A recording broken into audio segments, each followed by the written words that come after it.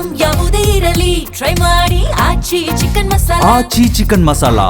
ಇನ್ನು ಈ ದಾಳಿಯ ವೇಳೆ ನೂರಾರು ಬೇನಾಮಿ ಬಾರ್ ಲೈಸೆನ್ಸ್ಗಳು ಕೂಡ ಪತ್ತೆಯಾಗಿದ್ದಾವೆ ಅಧಿಕಾರಿಗಳಿಗೆ. ಬಾರ್ ಲೈಸೆನ್ಸ್ಗಳು, ಅಗ್ರಿಮೆಂಟ್, ಬಾಂಡ್ಗಳು ಪತ್ತೆ ಮಾಡಿದಂತ ಇಡಿ ಅಧಿಕಾರಿಗಳು.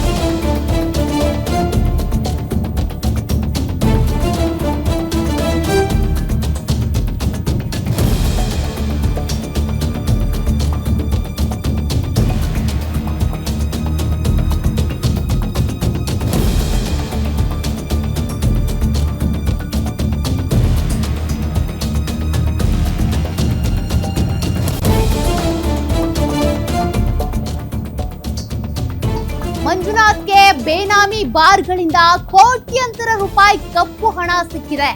ಕಪ್ಪು ಹಣವನ್ನ ಇವರು ವಿದೇಶಗಳಿಗೆ ಅಕ್ರಮವಾಗಿ ವರ್ಗಾವಣೆ ಮಾಡ್ತಾ ಇದ್ರು. ಮೇಲ್ನೋಟಕ್ಕೆ ಹವಾಲಾ ದಂಧೆ ಮಾಡ್ತಿರೋದ್ರ ಬಗ್ಗೆ ಮಾಹಿತಿ ಲಭ್ಯ ಆಗಿದೆ. ಬೇನಾಮಿ ಹೆಸರಲ್ಲಿ 150 ಬಾರ್ಗಳ ಒಡೆಯನಾಗಿರುವಂತ ಈ ಮಂಜುನಾಥ ಕರ್ತವ್ಯ ಮಾತ್ರ ಬೆಳಗಾವಿಯಲ್ಲಿ, ಬೆಂಗಳೂರು, ಮೈಸೂರಿನಲ್ಲೇ ಹೆಚ್ಚು ವಾಸವಾಗಿರೋದು. ಬೇರೆ ಬೇರೆ ರಾಜ್ಯಗಳಲ್ಲೂ ಕೂಡ ಲಿಕ್ಕರ್ ದಂಧೆ, ಹವಾಲಾ ದಂಧೆಯಲ್ಲಿ ಭಾಗಿಯಾಗಿದ್ದಾರೆ ವೈ ಮಂಜುನಾಥ್. ಇದು ಬರೀ ನಾವು ಹೇಳ್ತಾ ಇರೋದಲ್ಲ, ಇವತ್ತು ಇಡಿ ಅಧಿಕಾರಿಗಳು ದಾಳಿ ಮಾಡಿದ ಸಂದರ್ಭದಲ್ಲಿ ಅವ್ರಿಗೆ ಸಿಕ್ಕಿರುವಂತ ದಾಖಲೆಗಳು ಹೇಳ್ತಾ ಇರುವಂತ ಮಾಹಿತಿ. ಬೆಳಗಾವಿಯಲ್ಲಿ, ಬೆಂಗಳೂರು, ಮೈಸೂರಿನಲ್ಲೇ ಹೆಚ್ಚು ವಾಸ, ಆದ್ರೆ ಬೇರೆ ಬೇರೆ ರಾಜ್ಯಗಳಲ್ಲೂ ಕೂಡ ಇವ್ರಿಗೆ ಲಿಂಕ್ ಇದೆ. ಕೋಟಿ ಕೋಟಿ ಕಪ್ಪು ಹಣ ಇವ್ರ ಹತ್ರ ಬಂದು ಸೇರುತ್ತೆ. ಅದನ್ನ ಇವರು ಯಾವ ರೀತಿ ಎಕ್ಸ್ಚೇಂಜ್ ಮಾಡ್ಕೊಳ್ತಾರೆ, ಬೇರೆ ಬೇರೆ ರಾಜ್ಯಗಳಿಗೆ ಹೋಗಿ ಹಣವನ್ನ ಎಕ್ಸ್ಚೇಂಜ್ ಮಾಡ್ಕೊಳ್ಳೋದು, ಇದೆಲ್ಲದ್ರ ಬಗ್ಗೆನೂ ಕೂಡ ಇವತ್ತು ಇಡಿ ಅಧಿಕಾರಿಗಳು ಸಾಕಷ್ಟು ಮಾಹಿತಿಗಳನ್ನ ಕಲೆ ಹಾಕಿದ್ದಾರೆ.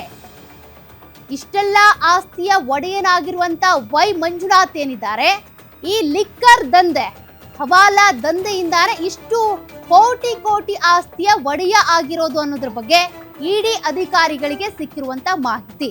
ಹೀಗಾಗಿನೇ ಇವತ್ತು ಬೆಳ್ಳಂಬೆಳಗ್ಗೆನೆ ಬೆಳಗಾವಿ, ಬೆಂಗಳೂರು, ಮೈಸೂರು ಎಲ್ಲೆಲ್ಲಿ ಇವರ ವಾಸ ಸ್ಥಾನಗಳಿದೆಯೋ, ಎಲ್ಲೆಲ್ಲಿ ಮನೆಗಳಿದೆಯೋ, ಎಲ್ಲೆಲ್ಲಿ ಕಚೇರಿಗಳು ಓಪನ್ ಮಾಡ್ಕೊಂಡಿದಾರೋ ಅಲ್ಲಿ ಎಲ್ಲಾ ಕಡೆನೂ ಕೂಡ ಮಾಹಿತಿ ಕಲೆ ಹಾಕಿದ್ದಾರೆ.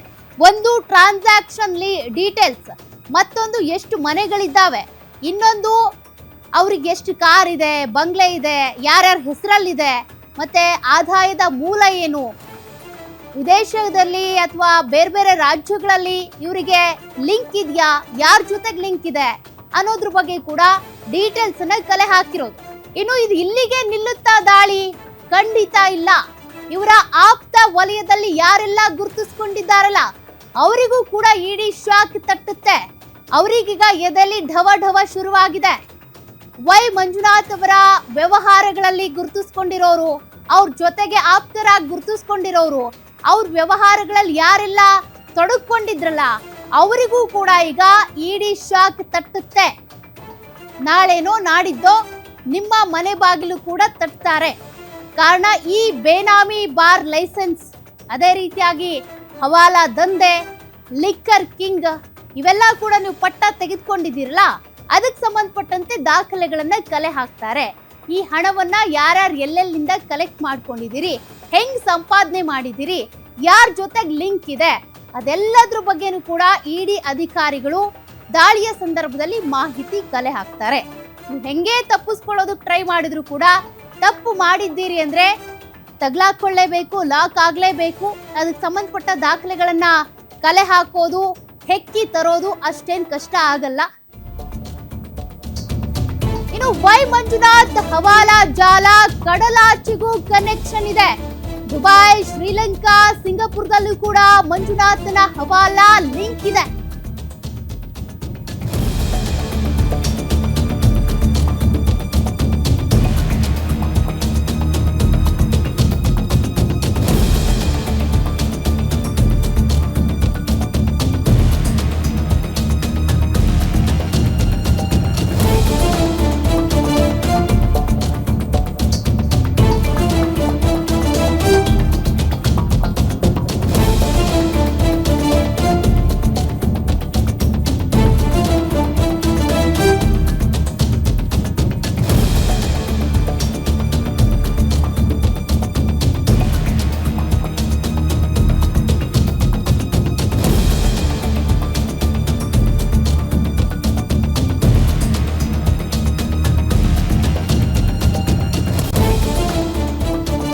ಮಂಜುನಾಥನ ಹವಾಲಾ ಲಿಂಕ್ ಬರೀ ನಮ್ಮ ಕರ್ನಾಟಕದಲ್ಲಿ ಅಥವಾ ಬೆಳಗಾವಿನೋ ಮೈಸೂರೋ ಬೆಂಗಳೂರೋ ಇಷ್ಟೇ ಅಲ್ಲ, ಕಡಲಾಚೆಗೂ ಕೂಡ ಲಿಂಕ್ ಇದೆ. ಹವಾಲಾ ಲಿಂಕ್ ಅದು ದುಬೈ, ಶ್ರೀಲಂಕಾ, ಸಿಂಗಪೂರ್, ಚೀನಾದ ಕ್ಯಾಸಿನೋಗಳಲ್ಲಿ ಹಣ ಹೂಡಿಕೆ ಮಾಡಿದ್ದಾರಂತೆ.